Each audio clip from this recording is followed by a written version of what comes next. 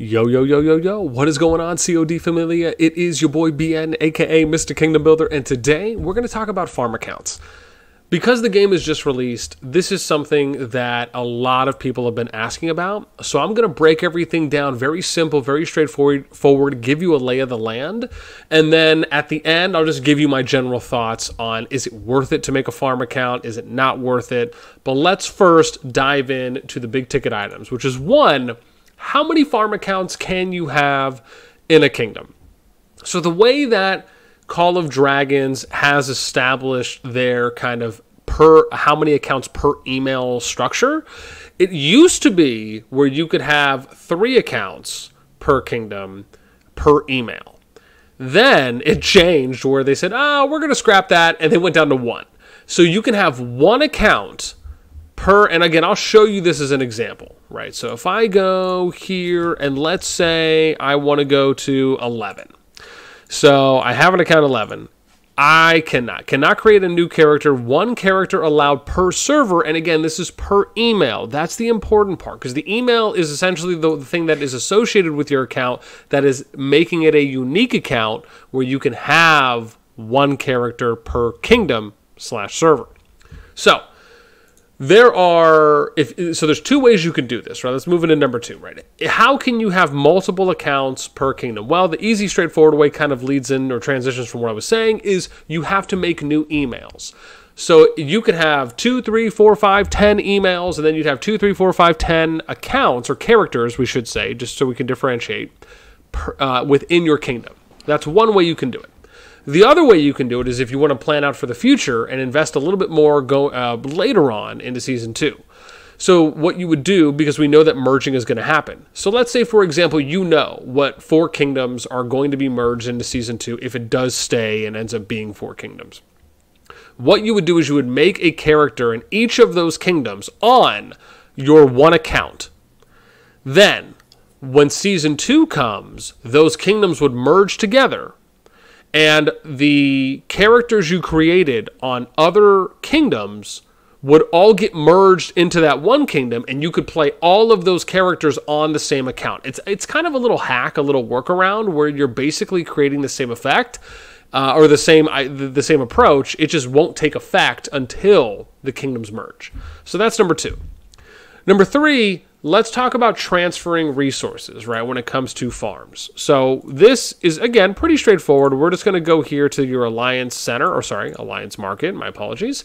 This is where you can end up transferring your resources. So you'll look here, and we'll take a look, right? So you have your limits at max. It's loot limit is 300 million, and weekly resource limit is 100 million, 8%, which is consistent with Rock for those of you that are coming over. Transport capacity is up to 5 mil at max level. Now, let's talk about some of the weekly limits and the kickers here. So you have a weekly loot limit. You can loot a maximum of 375,000 resources per week determined by the capacity of your market, right? That's looting from other players, whether that's from cities and or from RSS tiles, as long as it still applies. Then you have didn't mean to click out. Then we have the weekly resource limit. This is assistance, right? This is you transferring resources or people transferring to you. You can receive a maximum of 125,000 resources per week determined by the capacity. But again, you have to look at it like this. So that means you can receive 100 million resources per week. So there are some soft caps and limits. What this means is that it doesn't matter where that comes from. Right? You could have 4 players each giving you 25 million resources, and it's going to hit the cap, and then you're done. So I will say this, right? Now we kind of transition to number 4, my thoughts surrounding farm accounts, and I'm going to briefly talk about RSS selling. And let me start there with RSS selling. So I just don't think RSS selling is going to be a big thing in COD. Right? Because of the fact that there's a limit on what you can do, you basically would have to arguably widen your clientele to really make things even worth it, right? Because you can't just load everything into 1 player like you can in Rock where there are no limits, at least from when I last played, there wasn't any limits. So I just don't think RSS selling is going to be that dominant in COD as it is in Rock, and I think this was something they went into thinking about how can we improve this system so this isn't something that is kind of taken advantage of. So I personally like the fact that they have put hard limits in. The second part here when it comes just to the general idea of running a farm account. Is there value in running a farm account? Absolutely, yes, there is. Because of the fact that even though there's a cap on transferring resources, you can still transfer resources. So even if you're just maxing this out every week, there's still value to you buffing or boosting your main account. There's also other ways to value out a farm account, such as being able to utilize it to gain PvP points. Right? If you're looking to gain honor points, so then you can use those points in your alliance shop and go here to your store where you would click on this one at the bottom where it says merit store. You can arguably level up your farm accounts and constantly fight where you're kind of in more favorable trades, and that's going to gain you however many merit points you're able to based on the levels of your main versus your farms, and that'll allow for you to take more advantage of the daily and the weekly supply items here that are loaded into the merit store.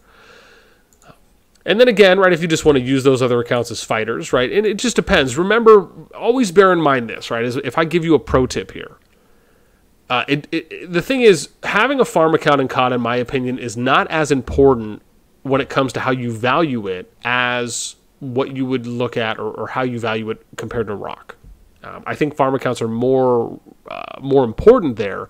This doesn't mean that you absolutely have to do it. It's just that if you did do it, there's a higher level of value and ROI that you get from a farm account there compared to what you get in CoD. So with that in mind, always assess how much free time you have.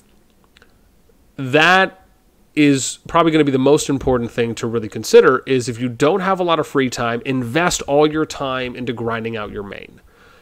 Because if you don't have enough time to really put into your farm, then it's not going to outweigh itself, right? You'll still get more out of investing all your time into a main versus you spending 30 minutes on a farm or something like that, right? Now, I don't necessarily know what the actual equivalent hours would be, but if you're going to level your farm and you want to make it as valuable as possible, the more time you put into it, where you're kind of almost treating it like a second main, will pay off for you that much faster. If you're not treating it as a second main, it'll still pay off for you. It'll just take longer to get there, right? So the more time you invest, sooner you'll get to a point where it's paying you more dividends. If you're not, it's just going to take that much longer. Now, lastly, I'm going to put the question out there to the community for people that have been in beta. If you're running a farm account or multiple farm accounts, if there's anything maybe I missed or another approach or perspective you want to let the community know from, let me know and them in the comments down below. I think it's always great to hear from other people, especially from those that are running farm accounts, where you're kind of hearing it from the source in addition.